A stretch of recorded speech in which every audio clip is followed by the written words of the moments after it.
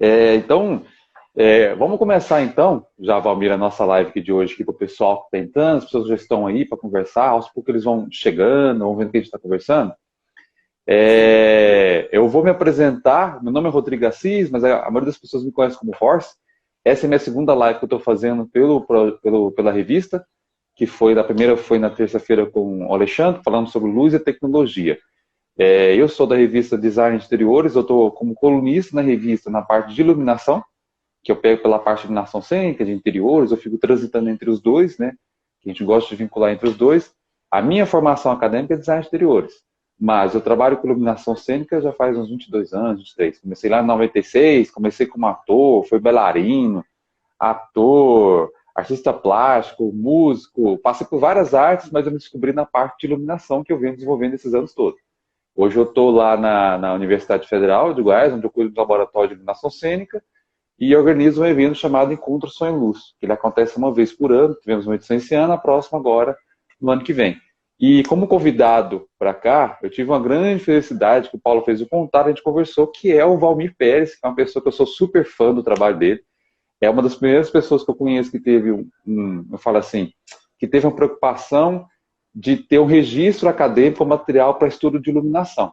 Tanto minhas primeiras pesquisas bibliográficas na área de iluminação foi através do site dele, no laboratório que ele teve pela Unicamp, um laboratório com vários arquivos de PDF, texto, artigo, um monte de coisa. Acho que é um dos primeiros sites que a gente tem de relato no Brasil que fez esse levantamento de ter esse material. Fora que ele também foi a primeira pessoa, ou acho que é o único projeto, depois ele pode explicar isso melhor para a gente, que teve um software para fazer uma planta baixa, gratuito, que a gente tem no Brasil, né, que é o LabLux. Eu utilizei muito esse mapa, acho que muitos iluminadores e técnicos de luz no Brasil todo utilizou desse mapa. Então, Valmir, eu queria que você se apresentasse, tá? Falasse um pouco de você, como você começou, como é que você chegou, e claro, também você falasse também, porque o tema dessa live hoje é luz e arte, né? E não podia falar melhor esse livro dele aqui, que, gente, olha, é uma pérola essa criança aqui, tá? Valmir, com você agora, vai lá.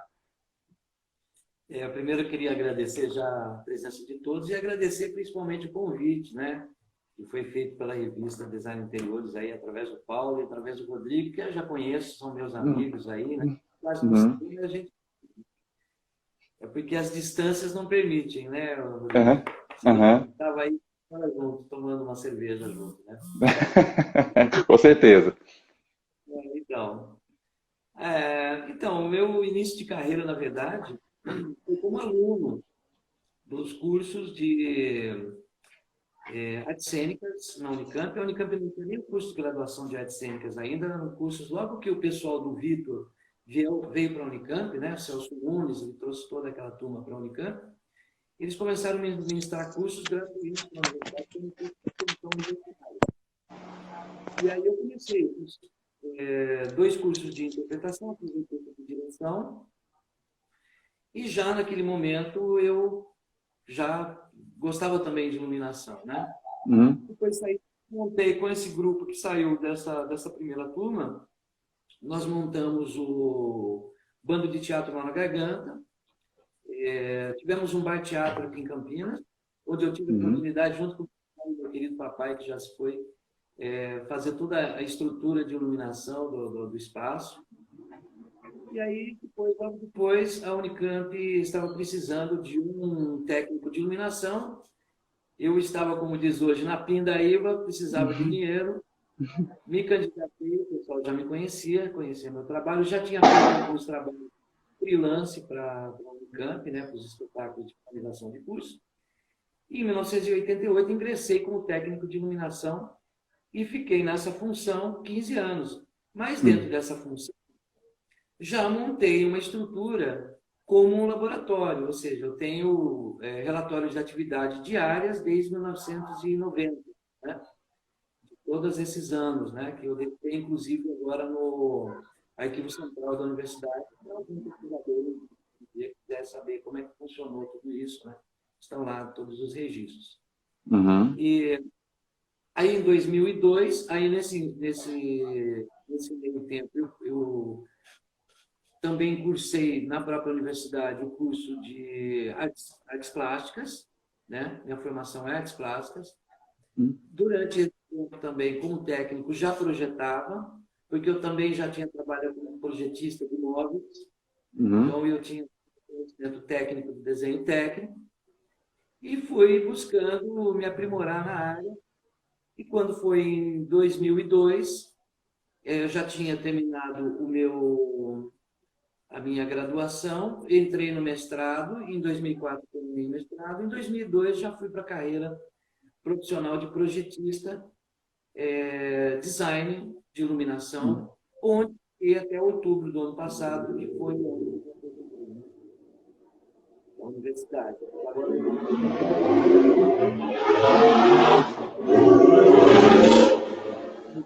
trabalhar com, não só com iluminação técnica, mas também me aprimorar, fazer também cursos de especialização, no IPOG, onde você dá aula, e onde eu cheguei a dar aula administrativa.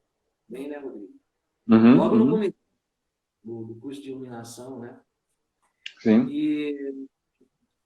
E aí foi, também no meu mestrado, desenvolvi junto com o Cláudio Martinez, do Centro de Computação, o LabLux, que foi um sucesso, porque não existia. E nesse meio tempo eu criei o site, porque foi muito difícil durante essa minha vivência na universidade ter materiais específicos da área. Então, eu comecei a pesquisar, comecei também a deixar aberto ao público, né, porque é uma função da universidade, você abrir o conhecimento gratuitamente, através do site, através da coletânea de arquivos do Laboratório de Iluminação, que é o link do site, que inclusive está lá até hoje. Agora, comecei também, nesse meio tempo, a publicar alguns projetos, porque existe até hoje uma grande necessidade das pessoas terem esses materiais à mão. Hoje não, hoje você usa até, né? Projetos, mas uma grande maioria na língua inglesa, né? Mas hoje as pessoas têm essa possibilidade, né? Então eu falava assim, poxa, por que o profissional não deixa seus projetos online para que aqueles que estão estudando, começando, também poderiam ter acesso, né, a esse material? Então foi isso. E acho que talvez por isso houve uma demanda muito grande ao site do laboratório, exatamente porque as pessoas não tinham esse acesso, né, no Brasil, e foi por aí que comecei. Aí desenvolvi dentro da universidade também trabalhos não só específicos na área de iluminação cênica, né, como também ministrei, inclusive disciplinas, né, na graduação.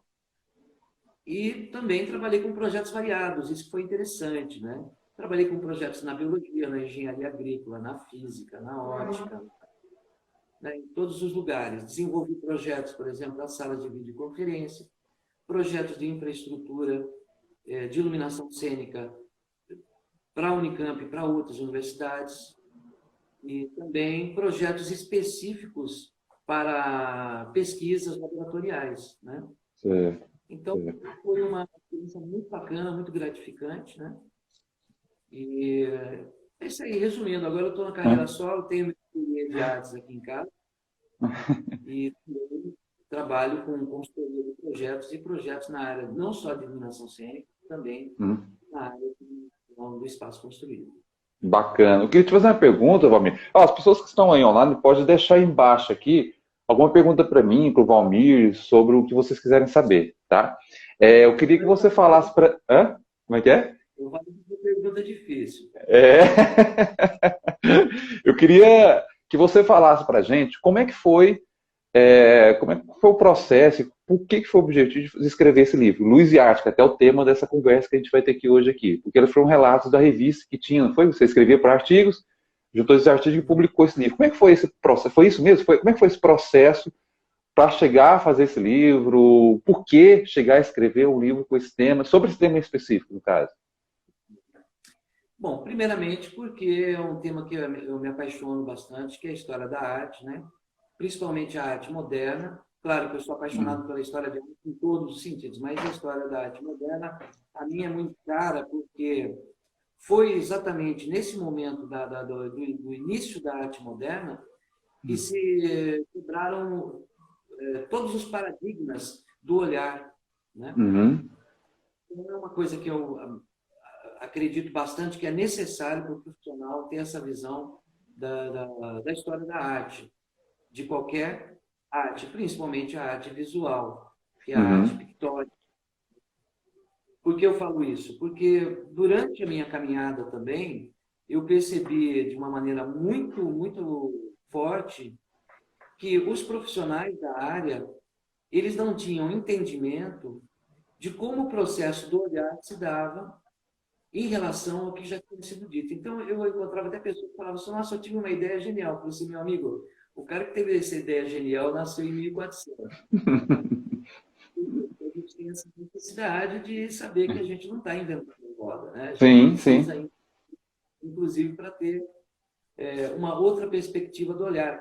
E os modernistas, de uma maneira geral, eles nos fornecem subsídios fantásticos nessa área, né?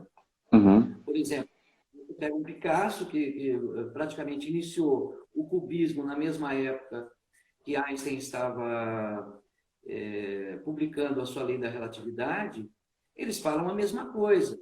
Porque o que Picasso fez? Né? O Einstein falava assim, começou a pensar, né, na questão do espaço-tempo, porque ele se imaginou o que eu veria se eu viajasse à velocidade da luz, né, 300 mil quilômetros por segundo.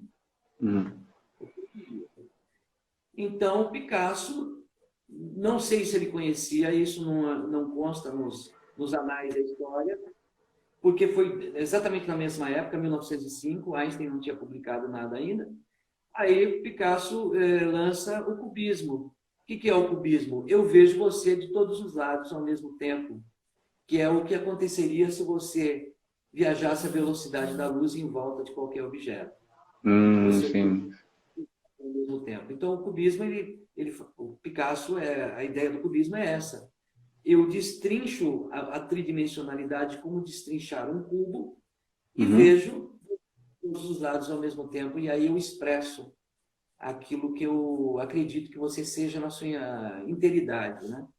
Então, acho que esse tipo de olhar é muito importante para os designers de iluminação, não só cênico, como do espaço construído, da arquitetura, né, Uhum. do interior, mesmo Uhum. público, de Uhum. rodovias, em todos os pontos, porque faz você pensar o seu projeto de maneira diferenciada. Uhum. Né? Uhum. E aí vai, né? Você pode pesquisar, por exemplo, as obras dos futuristas, né? Que eles trabalham com a velocidade. A gente estava falando de iluminação das rodovias. Seria muito interessante se os projetistas de iluminação de rodovias conhecessem um pouco das teorias do futurismo, que eles trabalham exatamente com a velocidade do olhar, né? Como você Uhum. enxerga as coisas ao passar em Uhum. velocidade. Então, por aí. Então, essa é a Não. ideia, e a ideia principal, porque eu percebia que os projetistas, eles precisavam, como eu, redescobrir essas maneiras de olhar. Ah, entendi. Até eu tenho uma coisa o livro que eu escrevi há um tempo atrás, 2 anos, que até é uma frase que eu gosto de usar muito, é uma frase que Goethe cita, fala, não há poesia sem ciência e nem ciência sem poesia. Não tem como você desvencilhar os dois. Para você criar um objeto, você precisa ter um pouco de ciência. E para você ter ciência, tem que ter um pouco de poesia. Essas duas artes, essas duas tecnologias estão sempre trabalhando junto. Até quando eu converso com os colegas, até falei isso na outra live. Os alunos, as pessoas que trabalham com a parte de iluminação, eles pensam muito no material, no equipamento, na lâmpada, no luminária para poder produzir. Mas não pensam o que vem antes disso, que é a questão, como que eu vou criar e vou chegar àquele ponto? Esse trabalho que está rolando aqui, esse 3D, essa máquina que está aqui atrás, aqui, ela não pensa sozinha. Ela é uma máquina burra. Se eu não posso pegar ela, entregar, colocar numa casa, ela não vai conversar com o cliente, não vai assistir o ensaio, não vai criar a luz sozinha. É uma ferramenta de finalização. Mas tem que passar por um processo de criação, de estudo, aprofundamento. Por quê? Para quem? Aonde? Como que você vai aplicar essa iluminação? Para que você vai criar esses efeitos, no caso? Né? Isso é muito importante para a gente entrar nesse assunto. Mas eu queria que você falasse também para a gente uma outra coisa, que eu acho assim, uma coisa que você citou bacana. Antigamente era difícil a gente ter material na parte de iluminação, buscar alguma coisa. Fora que os profissionais, antigamente, já deu uma melhorada. Eles não queriam passar muita informação para a gente. Seguravam muita informação, seguravam muito isso.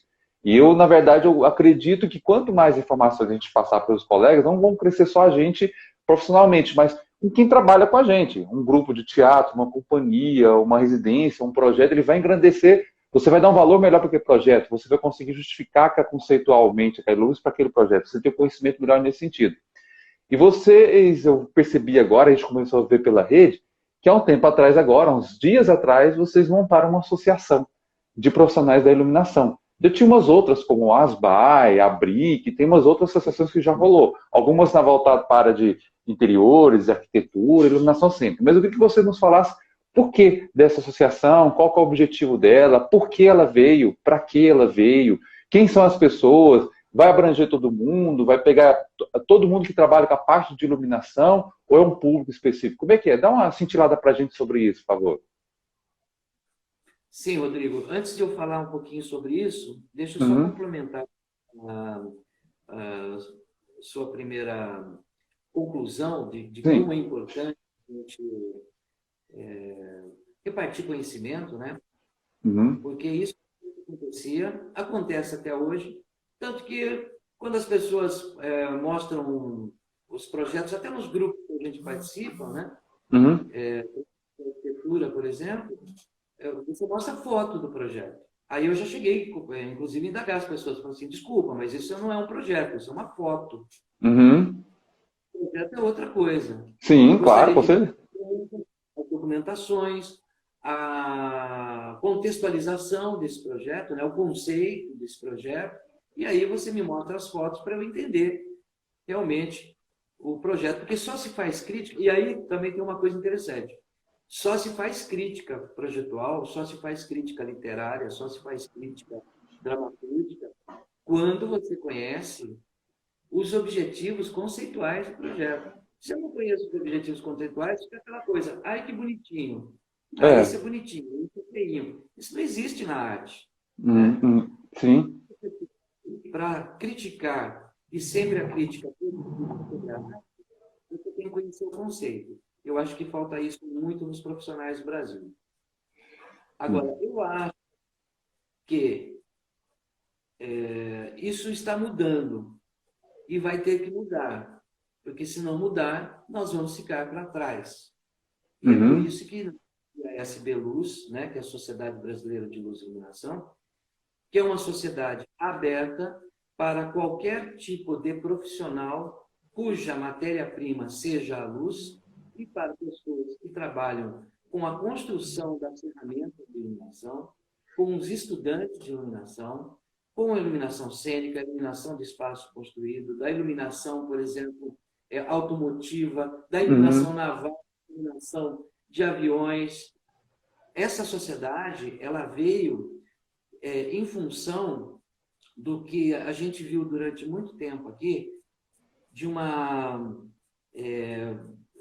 vamos dizer assim, não falo carteirização, mas um fechamento entre os profissionais, que isso não causa nenhum bem para nenhuma atividade.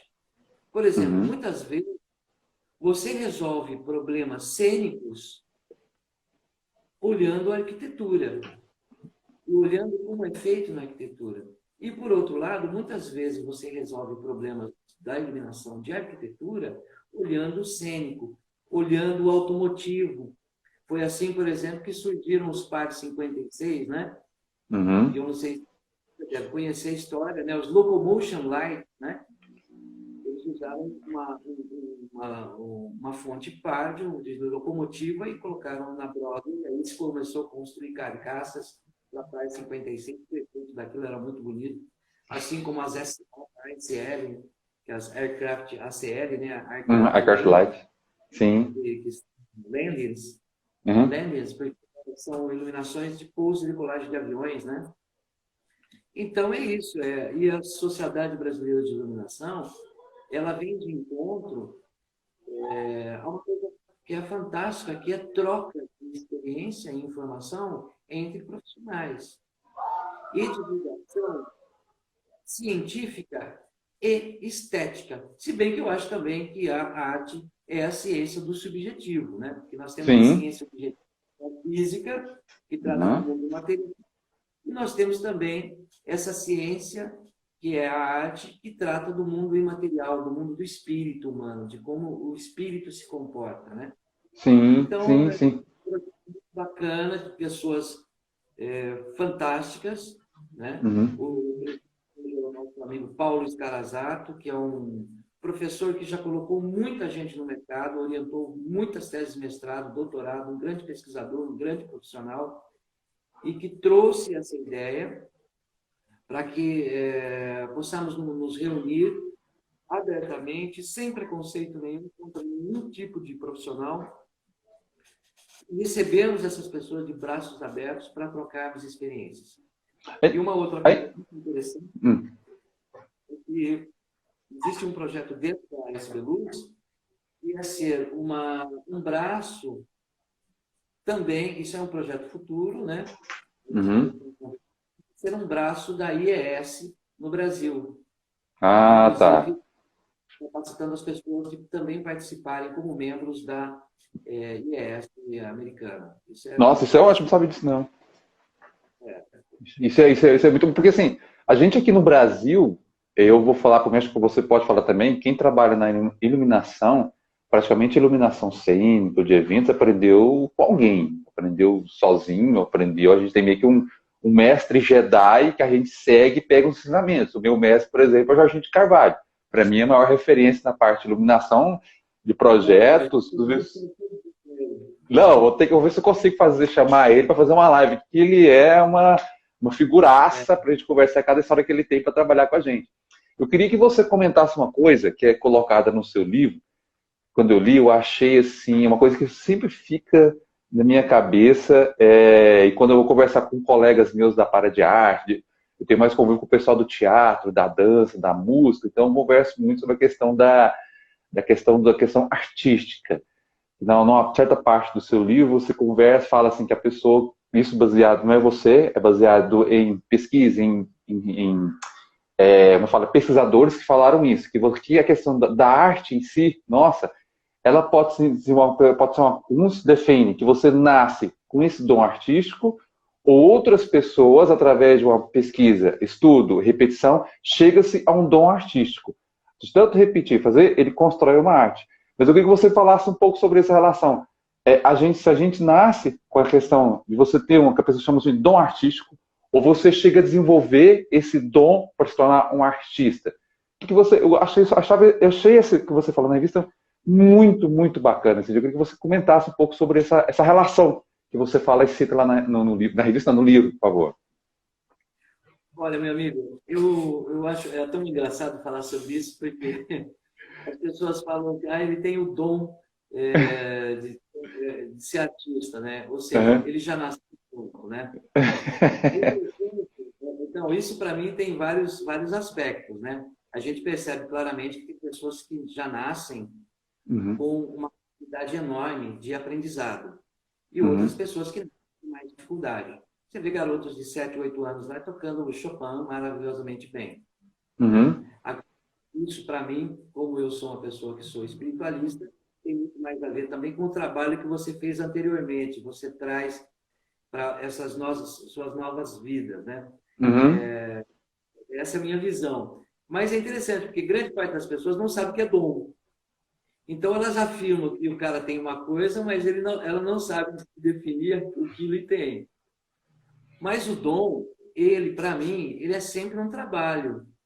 Ele envolve um trabalho, que é o trabalho de você se apaixonar por alguma coisa. Existe uma coisa que é fantástica, na minha visão, claro, né? Eu não estou aqui para ser o guru de ninguém, Uhum. mas você só consegue aprender uma coisa quando você se liga a ela. Talvez seja isso porque Paulo Freire Uhum. vivia dizendo que o cara é um ato de amor, né? E Uhum. aprender também é um ato de amor, porque você não consegue ensinar para quem não quer aprender. E Uhum. você sabe, professor, você não consegue passar conhecimento para quem não quer aprender. Com certeza, com certeza. Não é? E a questão da formação, nesse sentido, ela é muito importante, porque as pessoas elas acreditam que a arte e a sensibilidade não pode ser ensinada, mas pode sim. Porque o que é uma pessoa sensível? Vamos partir, por exemplo, da pessoa que não é sensível, dos insensíveis, né? Aquele cara que vê alguém maltratando um bichinho e é capaz de passar e virar o olho e falar assim, não é comigo, não quero nem saber. Né? Uhum. Porque pessoas insensíveis, né? Que entram no jardim e pisam nas plantinhas. Né? Isso é insensibilidade. Mas você se reconhece que essa insensibilidade vem de uma falta de conhecimento e uma falta de formação amorosa para com a Uhum. vida. Se você não passar por uma formação artística de compreensão e de saber apreciar os movimentos da arte, né? Nos movimentos no sentido, não estou falando dos movimentos artísticos, mas os movimentos da música, os movimentos da luz, os movimentos da forma, os movimentos do tato, né? Uhum. Você ficando insensível, o que acontece com a grande maioria das pessoas hoje no país, porque a nossa formação artística, sinceramente, ela deixa muito a desejar. Não é só no Brasil, claro, mas aqui no Brasil, a gente fala do Brasil. Não vamos Sim. falar dos outros, não vamos colocar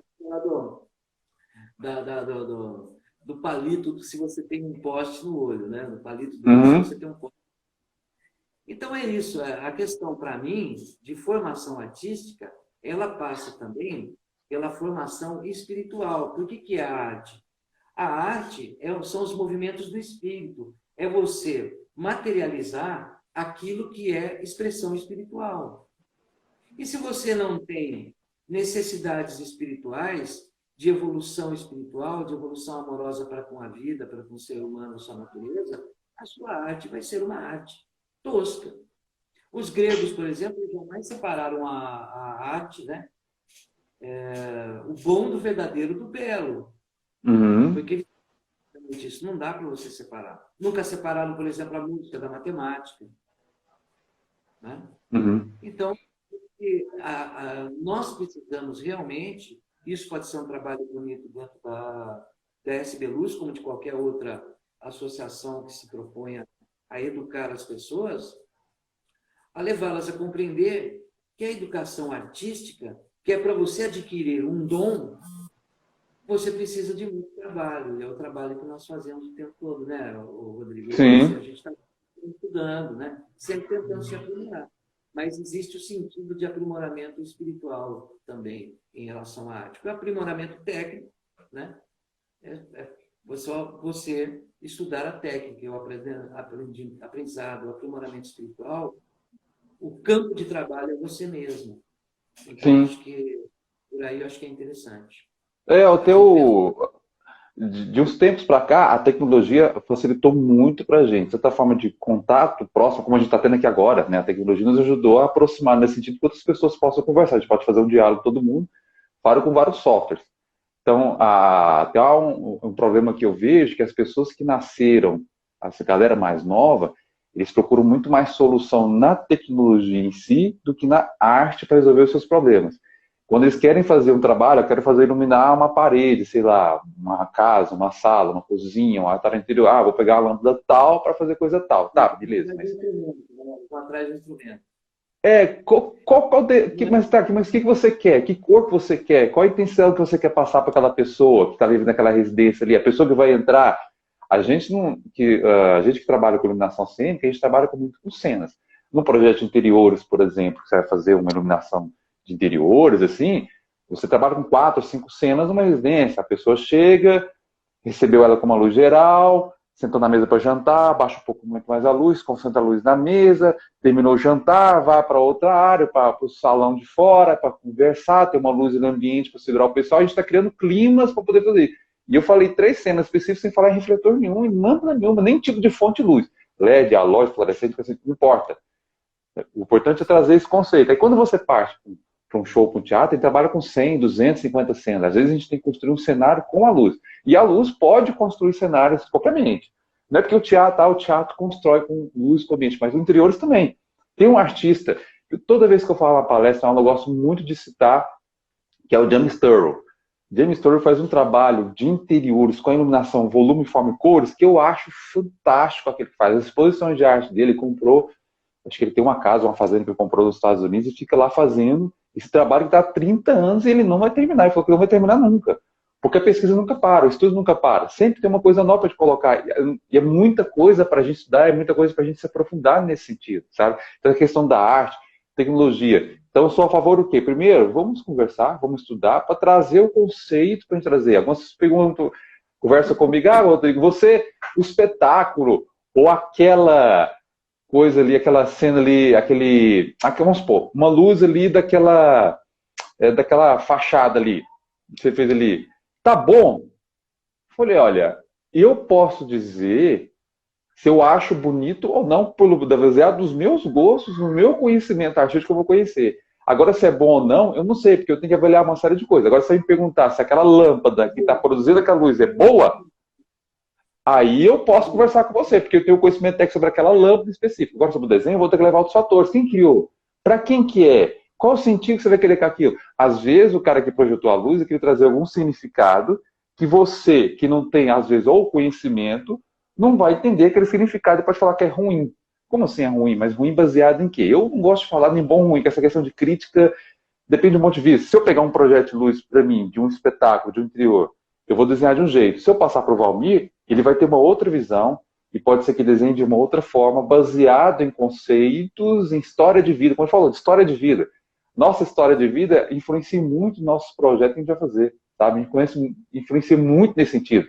Então, por isso que a gente tem que ler, tem que estudar, ver, observar o mundo. Observar muito bem o mundo. Até tem um vídeo de um escritório de iluminação nos Estados Unidos que eu coloquei, eu sempre passo para os alunos que quando você for andar pelos lugares, observe a luz. Eu gosto de falar também de um filme que tem uma Matrix, sabe, gente? Quando vocês saírem dessa aula aqui, ou dessa conversa nossa, sinta como se fosse um Neo do Matrix. Que vocês vão começar a observar coisas que ninguém mais observa. Efeitos de luz, para onde ela está entrando, para onde está saindo. Eu mesmo, quando eu vou no espaço, às vezes eu fico olhando para cima, assim, ó. Eu vi o efeito, de onde está vindo aquela lâmpada, está vindo para quê, por quê, ela está passando por onde? Ah, ele fez isso, no caso, para chegar até aquele resultado. É bacana, mas saber por onde veio isso, para que você veio fazer isso. Tá? Eu acho que isso é fundamental, é muito importante estar estudando sobre isso. Olha, você tocou num assunto muito interessante. Então, eu gostaria de pegar esse mote seu aí e continuar um pouquinho. Uhum. Eu vejo, por exemplo, esses jovens que eles ficam aficionados com a tecnologia. Tecnologia é uma coisa muito bacana, mas a gente tem que entender, pelo menos na área de iluminação cênica, as soluções tecnológicas eram buscadas em razão das demandas estéticas. Uhum. Mudou pra caramba. Não sei se você conhece a história. A primeira vez que teve um Rock in Rio aqui no Brasil, grande parte daqueles equipamentos não foram embora. As empresas brasileiras compraram os equipamentos aqui. Desses caras que trouxeram os equipamentos, porque a gente não tinha DMX, não tinha nada aqui. Aliás, acho que na época a gente tinha DMX, mas existia um programa nos Estados Unidos que tinha um monte de protocolos, depois eles padronizaram para o DMX 512, que aí todo mundo ganhava. Às vezes comprava o instrumento do cara, a mesa do cara só funcionava para aquele instrumento, aí você não podia colocar outro. Isso. Aí o que aconteceu com a gente? Como a gente não passou desse processo, passaram, por exemplo, os americanos, que os lighting designers necessitavam de um determinado efeito, eles não tinham, os fabricantes corriam atrás e fabricavam. E depois continuaram a fabricação para continuar, para que outras pessoas pudessem fazer os efeitos. Esse foi o processo americano, né? Ou seja, a tecnologia estava em função da estética. O que aconteceu quando aconteceu isso no Brasil? No Brasil aconteceu o contrário. Hoje, o cara achando que ele tem a melhor mesa do mundo, uma MA, por exemplo, ele é o cara da iluminação. Não é assim. Ele tem uma boa ferramenta, uma ótima ferramenta. Mas não é assim que funciona. E aí o que acontece? Quando eu chamo de technoboys e technogirls. Aí você vê um espetáculo feito por eles, por exemplo, e tem uma infraestrutura de iluminação fantástica, através de equipamentos, instrumentos, né, tecnologia, comunicação. Só que, às vezes, na maioria das vezes, você não tem um conceito, porque eles se abismaram pelos pincéis. Você imagina os artistas plásticos ficarem abismados pelos pincéis e pelas tintas? Os pincéis, as tintas, os vernizes, os suportes são só as ferramentas para você atingir um objetivo que está acima do nível material, que já vai para o nível intelectual e espiritual, o nível expressivo, o nível da arte. Então, eu sempre falo isso, né? Agora, você falou da questão da beleza, como que a gente não pode fazer uma crítica da beleza? Nós podemos sim, porque nós fazemos essa crítica todo dia. Só que nós não compreendemos como nós fazemos. Mas nós fazemos, e nós fazemos isso porque é da nossa natureza fazer isso, porque nós nascemos no planeta e evoluímos nesse universo desse jeito. Vou tentar explicar por quê. Quando você olha para uma mulher e você acha uma mulher linda, o que você está vendo? Por que ela é linda e por que a outra não é tão linda? Né? Porque você está vendo ali uma coisa que a Gestalt, por exemplo, explica, e os gregos também explicavam, por isso que eles nunca separaram o bom do verdadeiro do belo. Você está vendo a harmonia, que é o equilíbrio do todo com as partes entre si. Então, nós temos na natureza, e os gregos sabiam disso também, então você pega, por exemplo, a arte grega, que não tem nada a ver com a arte romana, porque os gregos sabiam que era a proporção áurea. Os gregos sabiam que era a sequência Fibonacci, e eles usavam isso nas suas obras, assim como Da Vinci e Michelangelo. Eles conheciam a matemática grega, a matemática da harmonia, também conhecida como matemática sagrada e geometria sagrada.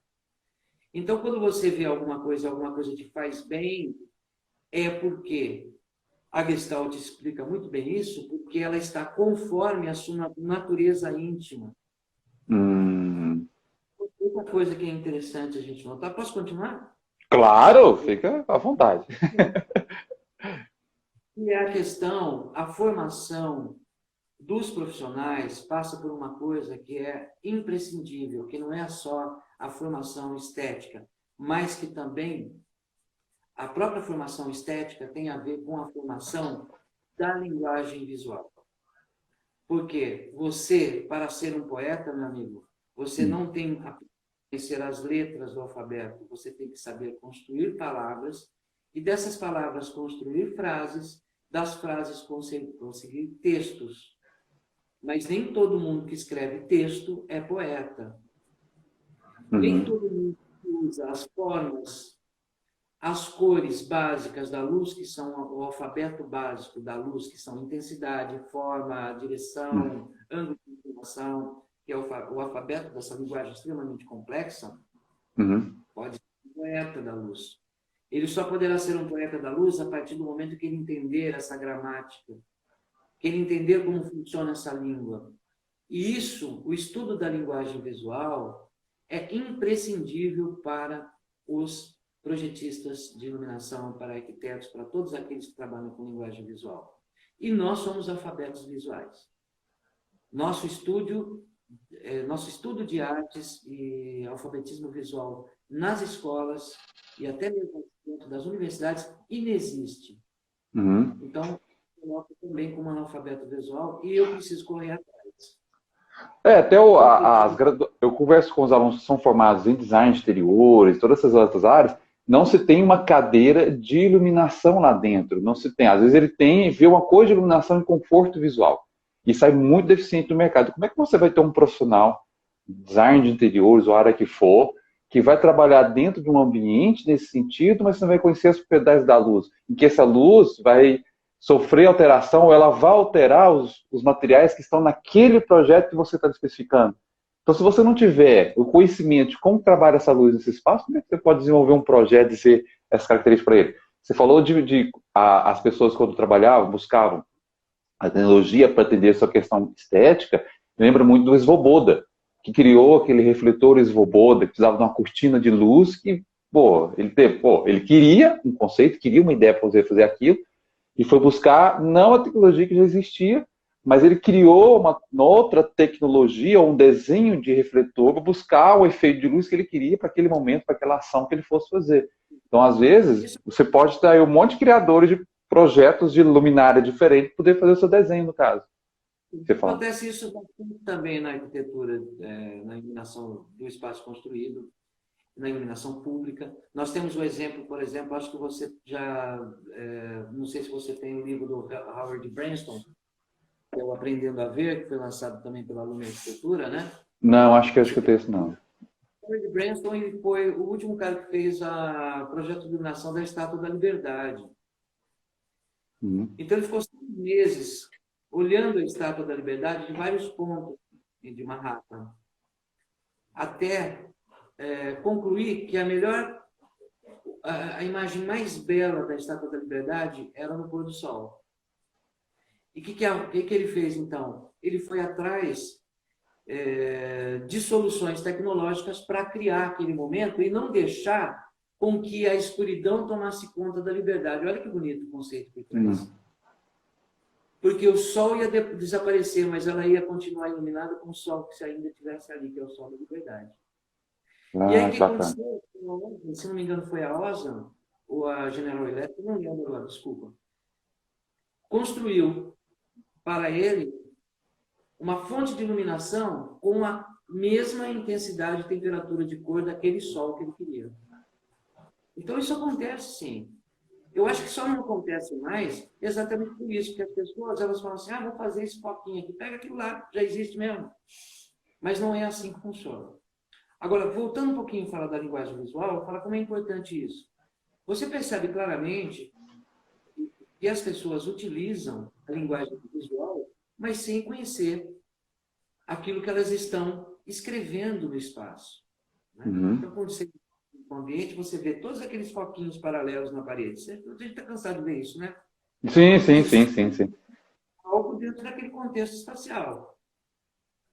Mas a grande maioria não sabe o que aquilo significa. Por quê? Todos nós somos analfabetos visuais.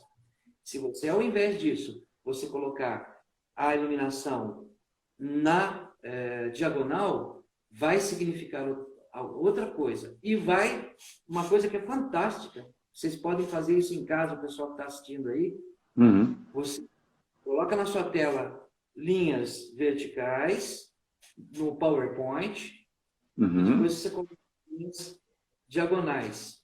E você comece a perceber, comece a sensibilizar a si mesmo e veja como o seu corpo responde a essas duas coisas. Porque grande parte das coisas que nós recebemos subjetivamente, subconscientemente. Só que o profissional não pode trabalhar assim. Ele tem que saber que naquele momento aquela iluminação para as pessoas relaxarem. Sim. As pessoas se dispersarem um pouco. Por exemplo, num escritório médico, onde está todo mundo tenso, você coloca um monte de linha reta. Aí fica todo mundo em linha reta tenso. Quando você coloca linhas cruzadas, chama a atenção, as linhas concorrentes, elas chamam a atenção, então as pessoas esquecem os problemas delas, relaxam, e não melhora uma pessoa relaxada para ser atendida pelo médico, né? Sim, ainda mais na sala de espera que você fica um tempo, às vezes fica muito tempo lá, dependendo do que você é atendido nesse caso, pra você fazer, né? Eu tenho esse entendimento de como funcionam as coisas. Porque elas estão provocando alguma coisa, mas elas precisam ter um entendimento de como funciona para fazer um bom projeto. Ah, claro, com certeza. A gente tem que ter um conhecimento de fazer. Só que antes, as pessoas buscam hoje muito mais a questão da parte técnica, buscar fatores técnicos, softwares, projetos, meios de iluminação. As pessoas pensam assim, Rodrigo, por que você não trabalha com tal mesa de luz? É a melhor mesa de luz do mercado. Cara, ela acende e apaga a luz como qualquer outra mesa. O que vai determinar quando apagar e vai acender depende de você. A mesa não vai defender isso sozinho. Então, vários consoles, vários sistemas podem fazer isso sozinho. A gente tem um monte hoje, nos interiores, um monte de tipo de lâmpadas que acendem, troca a luz e volta a luz, fita de LED, neon e tal, tá. Beleza, mas quando é que você vai usar isso e para que você vai usar isso? Qual sentido você vai querer usar isso? A gente tem que pensar antes, a gente tem que começar a colocar. Eu gosto muito de estar aqui ainda, nesse papelzinho aqui, ó, lápis e caneta, desenhando, rabiscando, para tá aqui nesse papel. A gente busca para cá. Aqui, ó, o Valmir, o que eu tenho guardado aqui, quer ver? Deixa eu ver aqui, ó. Isso aqui, ó, eu sempre levo meus alunos para demonstrar que é essa criança aqui, ó. Ah, eu tenho também. Aqui, ó. Aqui, ó. Tem dois aqui, ó. Ó. Tem que explicar para essa galera o que é isso, hein? Olha isso Isso aqui. aqui isso aqui Parece. eu ganhei do Adilson Barros, viu? Isso aqui eu ganhei do Adilson Barros, o ator Adilson Barros, que era professor aqui da Unicamp, ele me deu de presente, era lá da Translux. Nossa, olha aí. O meu que eu tenho aqui, deixa eu ver, esse aqui da Barbizon. Ah, não, papel vegetal com gabarito. Isso. Gabarito e gabarito e como é que chama? Eu tenho um jogo completo aí também. Normógrafo. Normógrafo. Réguas que você desenhava com o compasso aranha, você desenhava as letras perfeitas na planta. As minhas primeiras Isso. plantas foram feitas com isso. Depois, é claro que a gente começou a usar AutoCAD, AutoCAD e outras coisas. Mas os projetos eram assim, não podia errar, senão tinha que começar de novo. Quando eu comecei na parte do desenho técnico, lembra que a gente fazia o desenho técnico, colocava caneta nanquim e vinha com o escalímetro, vinha com a prancheta, com a régua. Você tinha até uma aula só para poder saber como colocar aquela prancheta na mesa especificamente, para ela ficar no ângulo de 90 graus, você passar ela, ter o cuidado de ter um pano, uma vassourinha para você limpar a sua prancheta por causa do grafite, que você poderia manchar seu projeto. Aí você vinha com o nanquim e ficava lá desenhando, que se você errasse, você tinha que vir com estilete e apagar a beiradinha para ativar, ou se você errasse uma linha, acabou. Teria que começar tudo de novo para depois fazer. Aí quando você chega para uma galera, vamos fazer um desenho na mão, e você fica assim, né? Tudo louco, meu Deus, como é que faz isso? Como é que chega a fazer essa questão nesse caso? Né? As pessoas hoje, elas querem muito criar a luz no computador do que criar antes fora. Eles querem chegar criando. Eu falei, gente, se você chegar no software para criar alguma coisa, você vai perder seu tempo ali. Um trabalho hoje em 3D com uma casa, uma residência, simular em 3D, você faz uma tarde. Uma tarde você levanta e coloca a luz e acabou. Mas quanto tempo você chegou para chegar até aquele momento ali? Quantas conversas, quantos sentidos, quantas ideias foram erradas, voltadas, consertadas, mudadas, para depois chegar naquilo lá? Por isso que a gente tem hoje nos interiores, quando a gente faz o projeto luminotécnico, a gente tem os cálculos luminotécnicos. A gente começa pelos cálculos, para saber qual é o grau de abertura que eu preciso para iluminar uma mesa, 3 metros de altura com 1 metro de diâmetro. Ah, tá, eu descobri que eu preciso de uma lâmpada de 10 graus. Beleza, mas qual a intensidade luminosa que você precisa chegar de luminância nesse espaço, nessa mesa aqui? De luminância que eu preciso chegar nessa mesa aqui? 400 lux, 300? Quanto que é? Ah, eu preciso de uma lâmpada de 10 graus que chega a 400 com temperatura de cor quente com reprodução de cor alta. Beleza. Agora nós vamos atrás da lâmpada. Agora vamos buscar a luminária. Se você escolher uma luminária no começo, você fica preso àquele efeito. Eu tenho uma parte 38, 45 graus, mas eu preciso que ela tenha 30 graus. Então, como é que você vai usar essa lâmpada? Você vai ter que baixar ela, descer ela até 1 metro do local, vai ficar na frente da pessoa que for olhar. Então é complicado essa questão. A gente tem que buscar retomar isso, pegar no pé das pessoas para voltar essas informações, para depois partir para a tecnologia. Claro que a luz e a tecnologia é fundamental, ela nos ajuda muito, mas a gente fica preso a essa questão dos objetos tecnológicos. A gente procura entender como é que funciona um software, ao invés de aprender como é que eu chego no resultado para o software me ajudar nesse sentido. A ferramenta ela toma o espaço da criação. E isso é um perigo também, porque você percebe também que alguns softwares hoje são lançados e eles não deixam espaço para a criação, porque eles automatizam algumas coisas, sabe? Isso é complicado, porque de software eles querem vender software, eles não querem vender projeto, eles querem vender a facilidade, e nem sempre a facilidade é o melhor caminho. O melhor caminho, Sim. primeiro, é você pensar em iluminação como poesia, né? Pensar em iluminação como espaço. Claro que existem iluminações que são extremamente técnicas, né? Que é o caso, por exemplo, de um barracão no chão de fábrica, né? Você precisa de uma iluminação geral de tantos lux, porque a norma pede, acabou, você tem que ter ali. Aí depois você pensa nas iluminações pontuais. Sim. Então, é extremamente técnico. Mas, na maioria das vezes, numa residência, ou então no corporativo, na iluminação cênica, então, nem se fala, que é só poesia, né? Você necessita, primeiramente, buscar essa língua poética, essa linguagem. E essa língua poética tem muito a ver com o exemplo do consultório de medicina que eu dei agora, como é que funcionam as coisas lá dentro. Muitas vezes eu falo assim, eu fiz um projeto de iluminação cênica para esse corporativo. Muitas vezes elas estão falando de iluminação cênica, mas não é iluminação cênica, é iluminação cenográfica. Uhum. A cena significa outra coisa. A cena é quando você ilumina a cena toda, inclusive os elementos humanos que estão lá dentro. Uhum. São diferentes abordagens. Existe a iluminação cenográfica, que é a iluminação só do espaço, e a iluminação que acontecem lá dentro. Num consultório médico, por exemplo, a cena é diferente do que uma livraria. Sim. Aí você pode trabalhar com iluminação cênica no sentido de compreender aquelas cenas que acontecem dioturnamente. Agora, quando você trabalha só com a iluminação para o espaço, por exemplo, numa fachada, é iluminação cenográfica. Uhum. Desenvolveu aquela cena lá e ficou lá. Pensar. Então, um monte de gente interagindo aqui no caso aqui. Alguém quiser fazer alguma pergunta, algum comentário nesse vídeo, várias pessoas estão participando aqui, falando aqui, que tinha... preciso fazer o desenho, até o professor o Mário, ele fala, preciso fazer o desenho antes de ir para o eletrônico, assim que ensino meus alunos. Isso é muito, muito bom. A Joilma, sim, fazemos esses cálculos. Concordando, o projeto do Luminotec é muito importante. Ô, Valmir, queria que você falasse para a gente um pouco assim, assim, como você desenvolve muitos projetos também, a pergunta que eu tinha feito, estava começando a formular para você é o seguinte, né? Quando a gente vai trabalhar com o interior, projeto de iluminação de interior, a gente usa muitos cálculos, muitas fórmulas trigonométricas. Oi, tá me ouvindo? Espera um pouquinho só. Tá. Espera um pouquinho só. Você não quer dar um minutinho para o pessoal entrar de novo? Ah, dá, vamos dar um tempinho. Vamos dar um tempinho, sim, pode ser. Vamos dar um tempo aqui, o pessoal voltar. Deve voltar para cá, a galera está entrando aos poucos. Isa, Simples Cor, Valmir, Limara, Nascimento, Linara, Pati Passos. Muito bom ter essa galera com a gente aqui, viu? Lembrando que durante essa semana agora, design de interiores, a gente está fazendo live todos os dias, tá?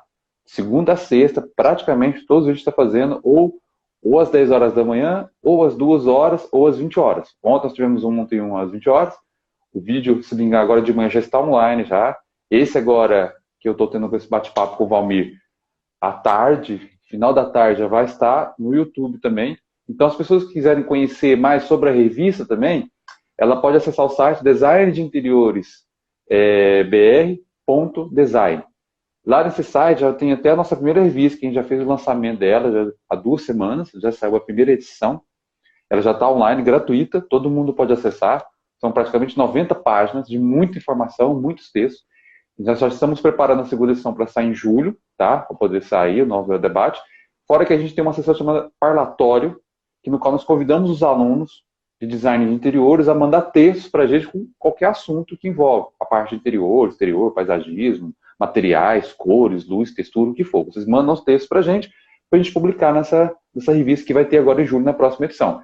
Fora também que a gente está buscando também apoiadores. Lembrando que essa revista que a gente montou, gente, está todo mundo se doando, a gente não está ganhando nada, a gente faz porque a gente gosta e sentiu que há uma necessidade muito grande no Brasil da gente estar junto nesse projeto de design de interiores dessa revista. Porque nós temos vários outros tipos de revistas, vários outros caminhos, mas não temos algo focado nesse assunto. Que a gente quer trazer muito para cá agora. Então, foi o Paulo que idealizou esse projeto, a gente convidou todo mundo, essa galera, então tem vários profissionais muito bacanas para poder trazer isso para a gente. Então, a gente está com várias propostas dando, para ter talvez alguns eventos presenciais o ano que vem ou no outro. A gente primeiro tem que esperar passar esse período conturbado que a gente está agora, né, no Brasil e no mundo todo, para depois estruturar, e a gente está pedindo apoiadores também para ajudar, tá? Bem, Valmir, vamos lá. Acho que já entrou, a galera já está começando a entrar aqui. Eu queria que você falasse sobre uma coisa. Quando a gente faz um projeto de interior na parte de iluminação, a gente baseia muito nos cálculos luminotécnicos, que a gente define qual o grau de abertura, a intensidade luminosa, o luxo que você quer para aquele espaço, qual a reprodução de cor e RC. Quando a gente vai para um outro projeto, né, um projeto de iluminação cênica, por exemplo, como é que funcionaria essa questão para você, na sua visão, essa questão de cálculos? Como é que a gente poderia chegar numa luminária específica? Eu tenho um refletor que vai ficar a 12 metros de distância, um ator que está no palco, eu quero que chegue lá para fazer uma luz retangular nele, com uma intensidade luminosa de 800 lux. Porque eu pergunto isso para você, porque eu vejo muito um déficit muito grande nas empresas de iluminação cênica de shows não te darem a curva fotométrica, a intensidade luminosa dos materiais. Tanto que eu estou tentando fazer um projeto de um espaço, de uma casa de eventos, que eu tenho que colocar refletores LED, o pessoal chama de par LED, mas é LED, tá? Nada de par LED. Par 64 é outra coisa, o pessoal coloca no só do formato, mas você tem esse refletor de LED e eu preciso que ele chegue com 45 graus com uma intensidade luminosa de 400. E as empresas não têm. Eu entrei no site, vou buscar o fabricante, não tem. O que o rapaz vai ter que fazer? Ele vai ter que ir, pegar o refletor, ir no espaço, usar um material desse para mim aqui, ó, que é o luxímetro. Ele vai ter que medir a intensidade luminosa de cada luminária dessa aí para poder passar para mim para usar o projeto. Então, como é que a gente poderia talvez resolver, sei lá, se ter alguma solução, ao seu ponto de vista, pela parte da iluminação cênica de shows, eventos, até eventos efêmeros, porque na parte da iluminação não é só teatro, tá, gente? É show, é dança, é formatura, é casamento, exposição de arte, inauguração, galeria, hall, tudo você pode aplicar essa questão, trabalhar essa questão cênica. Que se der seu ponto de vista nesse sentido. Então, Rodrigo, vou comentar primeiro assim, por que que existe esse desleixo na iluminação. Esse desleixo exatamente existe porque tem vários motivos, né? O motivo principal, a meu ver, é que a gente não tem profissionais que exijam as fotométricas e desses instrumentos, né? Por que que aconteceu isso? Eu não sei se vocês sabem, na história do teatro brasileiro, até a década de 60, né, porque a partir do momento que os militares entraram no Brasil, os melhores profissionais do Brasil de iluminação, eles estavam nos teatros. O que aconteceu? Quando você começa a ter repressão militar, é preciso entender a história para entender agora o nosso presente. Quando você começa a ter a perseguição dos militares em relação aos dramaturgos, aos atores, atrizes, aos teatros brasileiros, e logo depois você coloca fogo na Excelsior, na Tupi, na Record, e lança a Rede Globo, que é a Time Life aqui no Brasil, todas as pessoas que trabalhavam com o teatro não tiveram outra opção a não ser entrar para a televisão. E como você tinha que fazer o teatro com muita carência, porque não existia nenhum tipo de mecenas para ajudar aquele povo que queria fazer continuar fazendo sua arte e começar a fazer sem recurso. Então, o nosso teatro, visualmente, ele começou a ficar pobre. Eu não sei se é daí que surge a rotunda preta no fundo do palco. Que a rotunda preta você utiliza só quando você não tem outra opção de cenografia. Por exemplo, um ciclorama, onde você possa colocar a climatização, efeitos luminosos, efeitos lumínicos, por trás da cenografia dimensional. Quer dizer, a rotunda preta, ela serve exatamente para dizer que ali atrás não tem nada. Então, começou com rotunda preta, porque não tinha. Aí o que acontece? Acontece que as pessoas que ficaram nos teatros, trabalhando com iluminação, né, a grande maioria delas conheciam, mas já não tinham mais recursos. Os próprios dramaturgos, diretores, começaram a desenvolver espetáculos de teatro com essa pobreza, vamos dizer assim, com essa pobreza cênica, porque você não tinha recursos. Além de não ter recursos, era perseguido. E aí que acabou que toda essa tradição no Brasil, né? Cabe ressaltar que tem diretores de teatro que nem sabem que existem alguns tipos de efeitos que são possíveis no teatro. E hoje em dia você consegue qualquer tipo de efeito, né? Então, vejo primeiro essa dificuldade que existe também hoje dos profissionais que foram formados, inclusive por esses profissionais que trabalhavam nesse regime, compreender a importância de você conhecer tecnicamente os cálculos luminotécnicos. Agora, você pode levar o instrumento e acender com o luxímetro e fazer a medição? Pode, você consegue, inclusive, até aferir o ângulo de abertura. Você sabe que você está medindo, você tem um centro que te dá, por exemplo, 800 lux. Quando você chega a 400 lux, você está exatamente na abertura média do ciclo de projeção. É possível fazer também. Agora, existem outras formas de fazer, que são, inclusive, mais fáceis de fazer. Você não precisa levar o instrumento. Geralmente, os instrumentos de fábrica, eles oferecem o grau de abertura. Por exemplo, os elipses de 6 a 50, Fresnéis, como os italianos DTS, de 10 a 60 graus. Então, você sabe, né, qual a abertura máxima, que é chamada de pin, e a mínima chamada de bin, e a máxima, que é de campo field. Né? Então, tendo a fonte que está dentro daquele instrumento, você tem, inclusive, cálculos online que você pode ver. Eu tenho, por exemplo, faço isso no 3D Studio Max. No 3D Studio Max, eu crio qualquer fonte e qualquer instrumento, porque eu dou os dados fotométricos. Claro que ele me permite incluir os arquivos IES e as curvas fotométricas. Mas, na maioria das vezes, você não tem. Você pega os dados de fábrica da fonte, ou seja, da lâmpada, que ela te dá, por exemplo, 27.500 candelas, uma lâmpada de 1.000 watts halógena da Osram. Fabricante, ele te dá o fluxo luminoso em lumens, ou ele te dá a intensidade luminosa em candela. E você transforma isso de acordo com a abertura angular e a distância de projeção. Então, exatamente ter, sim, no campo real, quanto de lux você vai ter na ponta do nariz do artista. Eu faço isso no 3D Studio Max, porque, inclusive, depois ele me dá, você pode colocar a tabela de iluminância, e você encosta na pontinha do nariz da atriz aqui, e você tem toda a tabela de cima a baixo dela, quanto ela vai ter de iluminância no corpo inteiro. Isso com cenografia e tudo.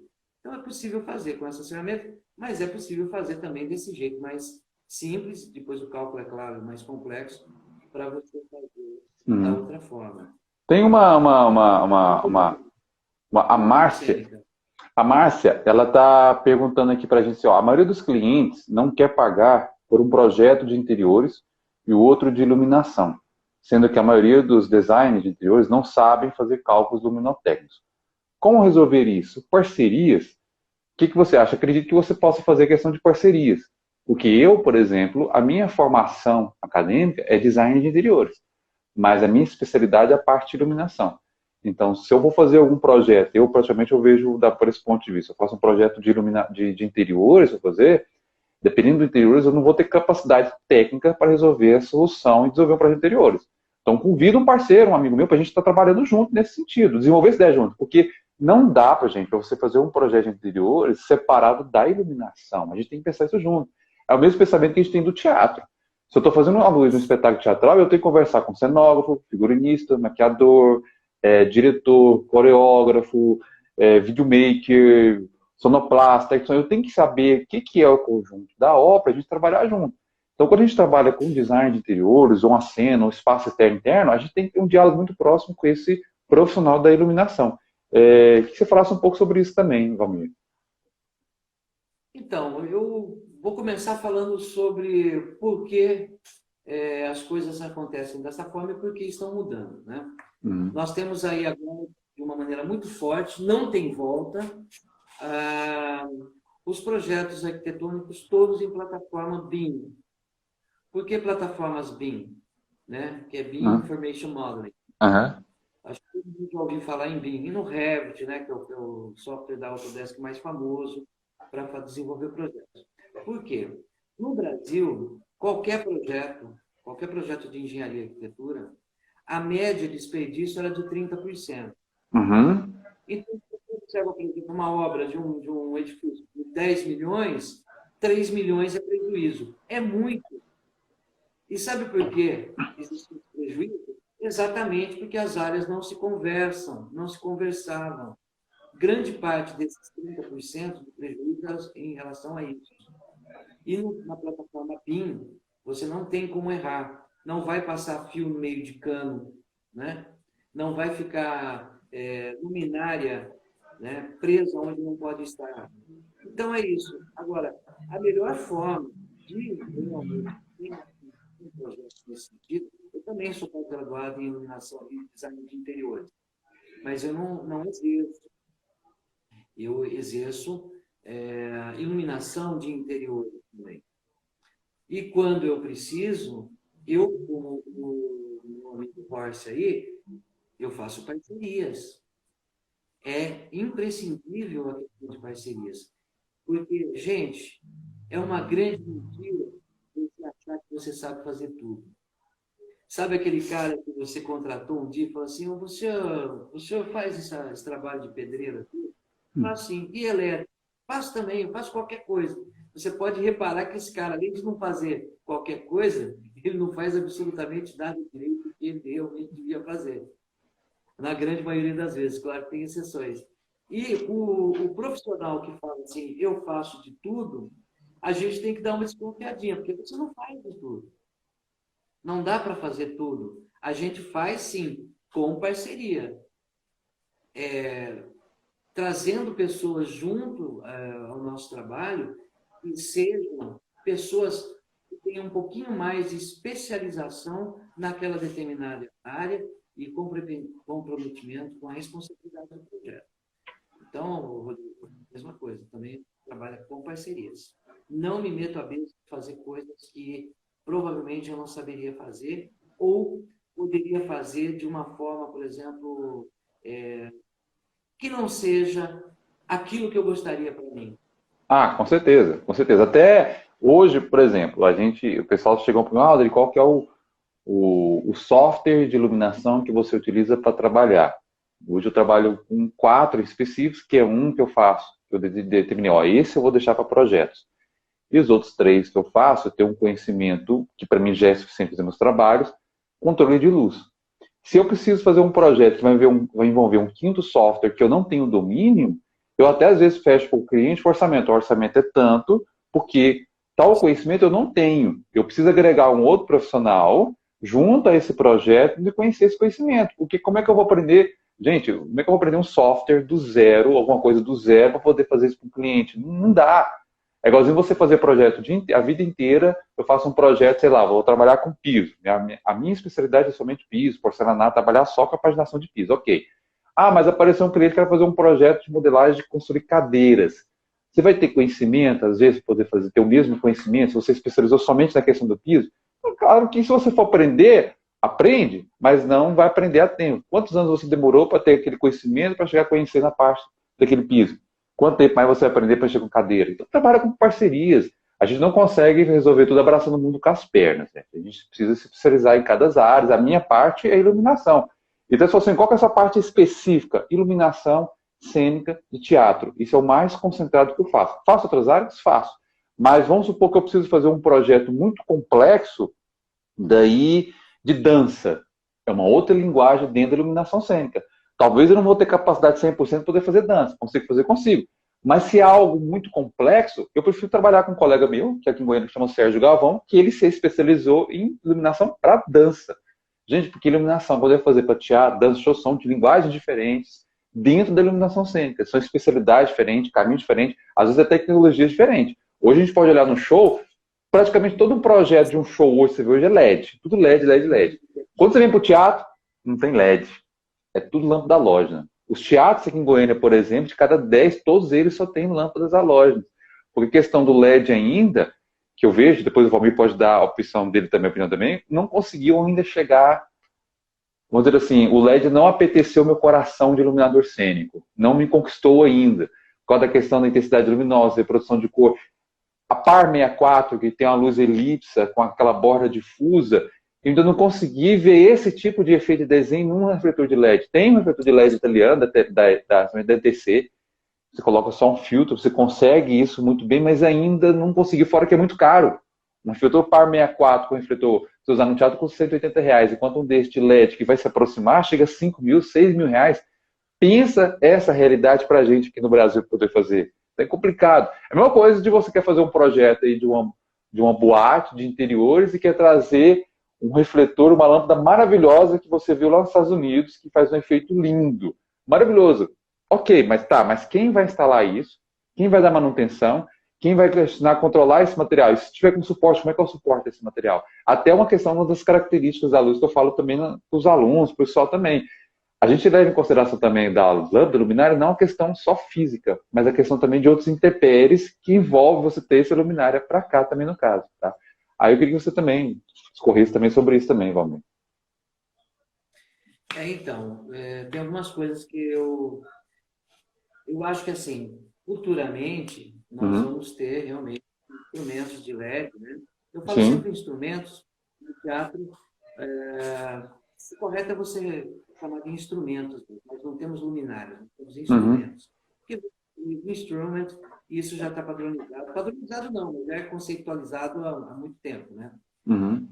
E uma coisa interessante, por exemplo, você me falou dessa questão do par, por exemplo, que não te dá aquele par que você tem na lâmpada da loja. Não dá Uhum. mesmo, porque aquele par, aquele problema, aquilo lá era um problema da lâmpada, né?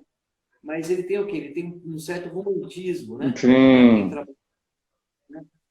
Então, por aí você vê como que é importante, por exemplo, as indústrias conversarem com os profissionais e os profissionais cobrarem das indústrias. Porque o que está acontecendo nesse caso? A indústria está criando estética e você é obrigado a acertar aquela estética da indústria. Tem uma outra coisa também interessante na questão dos LEDs, que é, bom, primeiro a questão do flicking, né, que agora parece que eles estão resolvendo um Uhum. pouquinho, mas até o cara está lá numa cena de morte, você tem que dar a resistência de 100 a 0, só que antes do cara morrer, a luz pisca, né? Então o É plano de fundo isso. tem que ser, senão não fica legal. Então é o seguinte, tem a questão, por exemplo, do RGB. Logo quando foi lançado os sistemas RGB no Brasil, era uma época que eu ministrava muitas palestras. Eu sempre encontrava um amigo, que eu não vou citar o nome, que era representante da Philips, e eles traziam esse rapaz para falar sobre essas tecnologias, e eu estava falando sobre estética da iluminação e estava vendo o que estava acontecendo, né? Uhum. O pessoal chamando a igreja em bingo, né? Uhum. Do hospital em motel, né? Porque estava todo mundo mudando corzinha, né? Na arquitetura, como se aquilo fosse a coisa mais linda do mundo. Então, sempre quando ele ministrava a palestra, eu ministrava a palestra sempre depois dele. Então, ele acabava de ministrar a palestra e apresentava todos aqueles recursos tecnológicos de Color Mix do RGB, ele passava por mim e ele falava assim, ô Valmir, pega leve. E eu já começava a falar assim, boa tarde, pessoal, boa noite, bom dia. Assim, a primeira coisa que eu vou falar para vocês é que eu não quero morar na Disneylândia. E aí começava a falar exatamente sobre isso, sobre como essa estética, as indústrias estavam jogando essa estética no Brasil sem nos perguntar se a nossa cultura era essa. Sim. Eu não quero morar na Disneylândia. Eu acho terrível morar na Disneylândia. Eu acho terrível você morar num lugar que você tem luz piscando o tempo inteiro. E tinha gente fazendo isso em iluminação de interiores na sala das pessoas. Ave Maria. Então, possa fazer também, mas eu acho que também chega uma hora que cansa, né? Sim. Bom, enfim. Tem uma outra questão também que eu vou recordar, é que quando os RGBs foram lançados, e são lançados até hoje no Brasil, esses instrumentos de iluminação cênica, principalmente, grande parte deles, né, Rodrigo, vem sob porta-filtro. Uhum. Uhum. Por que acontece? Porque a grande falácia do discurso é assim, ó, com RGB você consegue, na época era 900 milhões de cores, né? Uhum. Bom, primeiro consegue, o sistema visual humano não consegue nem enxergar tudo isso, né? E aí você se pergunta, mas cores o quê? Cores do sistema aditivo, porque é cor-luz. E no Uhum. teatro, usamos também as cores do sistema subtrativo, que são as cores pigmento, Sim. que são cores que você só consegue com o filtro, a gelatina, com o pigmento. Você não consegue com RGB. Você não faz um chocolate com RGB. Você tem cores que você não faz com RGB. E essa é uma outra falácia. Então, o que está acontecendo? Eles estavam jogando estética no Brasil e as Uhum. pessoas sem conhecimento técnico estão aceitando, estão falando assim, meu amigo, não adianta, você não vai conseguir me enganar. Você não consegue fazer essa cor, essa cor, essa cor. porque isso aqui é sistema subtrativo, não é aditivo. Então, Sim. não minta, porque você está fazendo enganosa. Entendeu? Essa é a Sim. minha... Até um console, que a gente tem vários tipos de meios de iluminação no mercado, no Brasil, para a gente trabalhar, no Brasil e no mundo, vários consoles. Um console que eu gosto muito, na parte do teatro, de shows, que é aqui em Goiânia, de cada 10 teatros novos tem, é da linha ETC, que é a linha Ion, Smart Fade, a linha iOS de trabalho de iluminação. Eles têm uma coisa muito bacana lá dentro, que é uma curva, um triângulo, em onde dão a minha limitação para onde eu vou trabalhar com minhas cores naquele sentido. Aí, uma vez, a gente estava conversando num evento, acho que foi até a Luz em Cena, a gente estava lá e o Marcelo Augusto, que é de Brasília, o Marcelo Augusto ele não gosta de LED, ele odeia LED, o negócio dele são os filtros de cor e as lâmpadas halógenas para trabalhar. Porque lá dentro, ele foi olhar na mesa, que na mesa, quando a gente queria um vermelho, até foi na terça-feira a gente teve uma conversa parecida com isso, ele não dava o mesmo gráfico parecido com uma lâmpada com filtro vermelho, uma lâmpada, era filtros cores diferentes. Então a questão, tá, o LED é muito bacana, veio, mas ainda não solucionou todos os problemas nossos ainda. Por isso a gente recorre. Eu, por exemplo, tenho duas pastas guardadas no meu trabalho, no local de trabalho, duas pastas de filtro de cor gelatina guardadas que eu utilizo. Uma são cores bem saturadas, vermelho, verde, azul, e uma outra são cores de correção, ou cores para dar uma temperatura de cor, ou um clima, uma fruta de cor mais difusa. Eu carrego essas duas para lá e para cá. E aqui em Goiânia, eu sou de Goiânia, sou uma das poucas pessoas que ainda trabalha com esse tipo de filtro de cor. A galera só gosta de trabalhar com LED, sabe? Um grande LED. Da tecnologia de LED, lâmpadas halógenas, fluorescente. Tem um comentário aqui do Mário Dino, né? O LED ainda é muito novo no mercado. Ainda há necessidade de muito aperfeiçoamento. Isso ainda o LED ainda vai chegar para a gente ainda. Não chegou a 100%.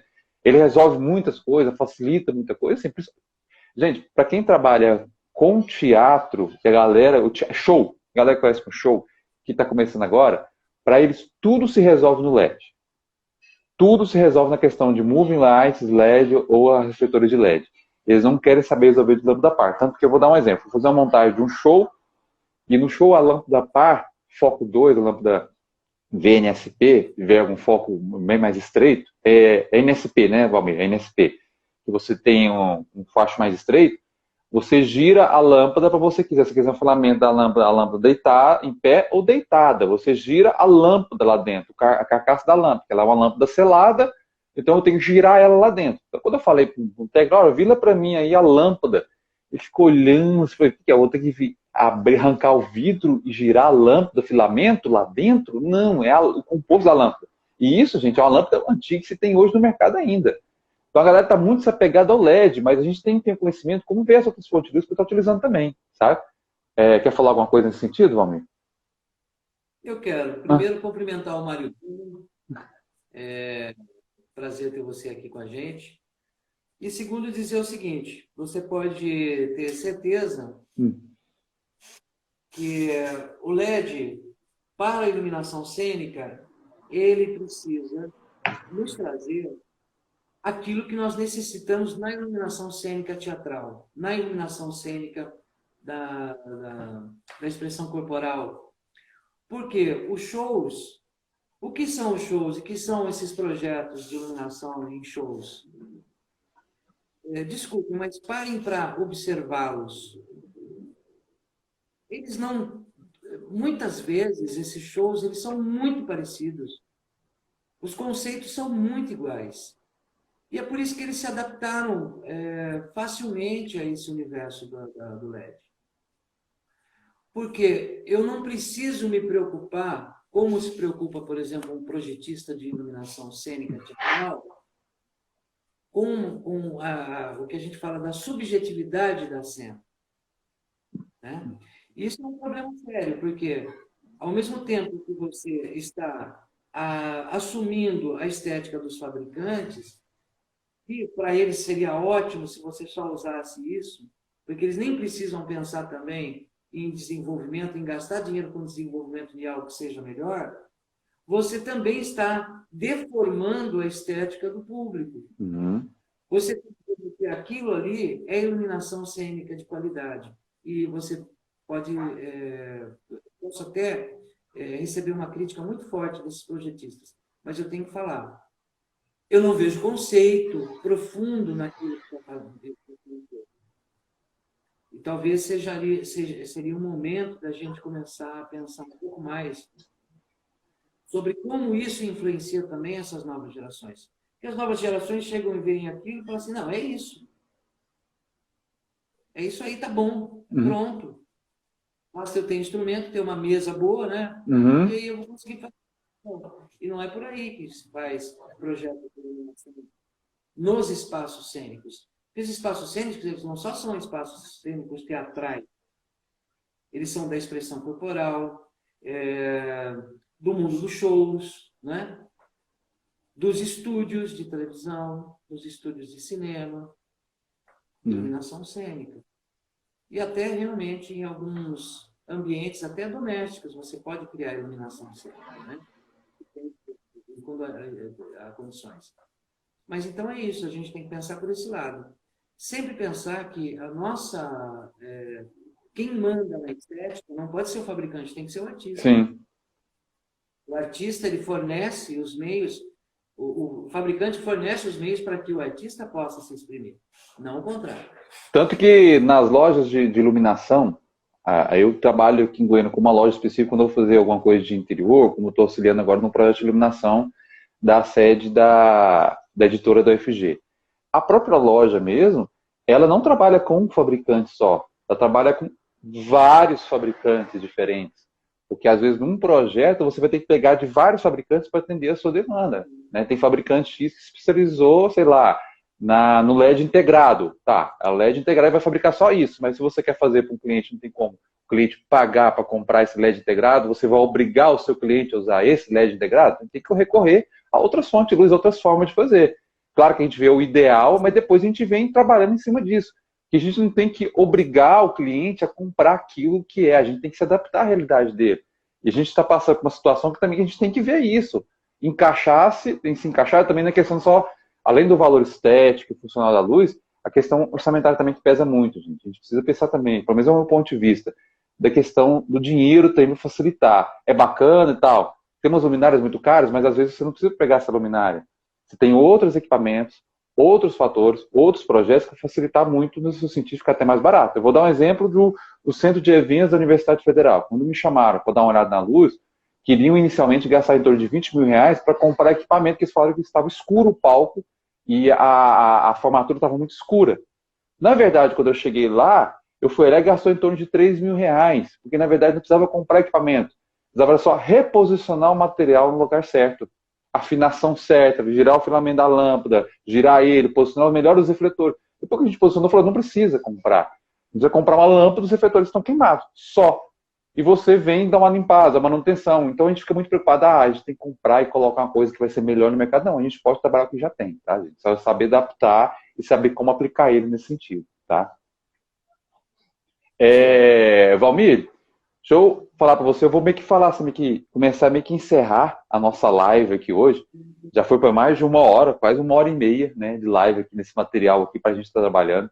Eu queria agradecer muito a presença sua, estar aqui, esse bate-papo nosso, essa conversa nossa, esse diálogo nosso. É um amigo, um irmão que já tem muitos anos, que é uma das pessoas que me influenciou muito na parte de iluminação. Eu, por exemplo, quando eu comecei a fazer plantas baixas, meu primeiro desenho de luz no mapa foi no Paint no computador. Eu pegava o Paint, colocando uma bolinha, isso aqui é um Fresnel, um quadradinho, um PC, eu falei, gente, eu preciso melhorar nesse sentido a parte desse desenho. Então, o primeiro software que eu tive contato de iluminação foi o Labilux. Então, queria te agradecer a sua oportunidade de software ainda, ter auxiliado não só a gente, mas muitas pessoas que começaram na iluminação, que eu recomendo, olha, vai atrás do Valmir, da Unicamp, do laboratório dele. Então, eu quero agradecer muito essa participação. Só agradecer demais as pessoas que estão aqui nessa sala, tá, gente? Compartilhem para os colegas da nossa revista, designexterioresbr.design, para vocês entrarem no material, baixarem nosso artigo. Essa live vai estar disponível também, tá? Você pode buscar. A gente está no Instagram, no YouTube, no site nosso, tá? Eu queria que o Valmir também finalizasse, falasse uma coisa, desse seus dados de contato, site, aonde você está, se alguém quiser pegar um material com você, conversar contigo, como é que pode ser feito isso? Bom? Então, eu também gostaria, primeiramente, também de agradecer a presença de todos e esse convite maravilhoso do Paulo Oliveira e do Rodrigo, né? Para poder participar. Essa essa coisa que a gente faz quando a gente se une em função de troca de conhecimento é muito importante. Você estava tocando no assunto da iluminação cênica, eu só vou completar mais uma coisa. Sim, sim, claro, claro. Como é importante o feedback das indústrias, esse feedback dos profissionais para as indústrias. Que é isso, por exemplo, que a SBLuz, que é a Sociedade Brasileira de Iluminação, que está nascendo agora, vai estar já propondo. Porque esses canais de comunicação, às vezes, eles ficam muito distantes, eles não funcionam, né? E você tendo todo mundo junto no mesmo grupo, fica mais fácil de conversar. E é por isso que a SBLuz ela está sendo criada para abranger todos esses setores, para que eles possam conversar e aí a gente contribuir para a cultura de iluminação no Brasil. Olha, meu contato continua o mesmo, porque agora a gente sai da universidade, mas a gente continua com o mesmo e-mail. Pode mandar no Valmir, por ver, né? Valmir@unicamp.br. O meu Instagram é valmir.peres. Para entrar em contato comigo através do Instagram também. E ó, gente, o livro do Valmir, tá? Quem não teve a oportunidade, busca. Ah, Valmir, algumas pessoas me procuraram até essa semana, antes da live, perguntaram se quiserem adquirir o livro, como é que pode ser? Ele tem tiragem, onde pode comprar? Como é que funciona se quiser comprar o seu livro? Com a Lume Arquitetura. Lume Arquitetura, lá pode conseguir o livro. Tá, beleza. Tá bom. Valmir, muito obrigado por você estar com a gente aqui, por essa oportunidade. Espero a gente se encontrar fisicamente. Nas próximas vezes a gente está passando por um momento que está difícil ter esse contato físico, mas o lado positivo, eu gosto sempre de buscar esse lado positivo das coisas, e agora a gente fica mais próximo da família e aproveita esse momento para estudar, para aprofundar, ter essas lives, esses encontros. Então, espero que ou nos encontremos numa próxima live, e por telefone, e também presencialmente, para te dar um grande abraço por esse parceiro, esse amigo que eu tenho em você. Tá? Muitíssimo obrigado, Valmir, por essa participação sua aqui. Obrigado. Da minha parte também igualmente, viu, Rodrigo? Você é um cara que eu admiro bastante. Já desde quando você montou o seu primeiro evento lá em Goiânia, eu falei assim, olha, isso é uma coisa incrível. E parabéns pelo seu trabalho também com o Museu da Iluminação, que eu acho que você também deve falar para o pessoal aí, deve, né? Isso. O Rodrigo tem um museu fantástico. Em breve, espero estar um site tudo montado. Eu estou na parte agora de catalogação, que eu preciso, como eu falei, eu preciso de parceiros. Tem que catalogar esse material online. Isso vai trazer uma diferença enorme no Brasil também, viu? Se você puder colocar esse museu online, vai ser assim, acho que o único. Sim, não tenho. Eu conheço só talvez o Museu da Lâmpada, que tem em São Paulo, mas só fala de lâmpada. Mas nesse caso eu quero pegar todas as fontes de luz. Eu quero dentro do Brasil nem. Não, eu tenho que fazer, eu montar. Se Deus quiser, vai dar certo. Eu vou juntar uns parceiros. Eu estava começando a desenvolver, mas aí veio a situação nossa deu uma parada, mas eu vou aproveitar agora para fazer coisas pelo computador, mas em breve a gente vai ter isso online, tá bom? Obrigado, Valmir, obrigado tudo mais, obrigado a todo mundo por estar presente aqui. Gente, até a próxima, a gente vai ter uma live amanhã também, todo dia segue a gente aí. Grande abraço a vocês, até mais.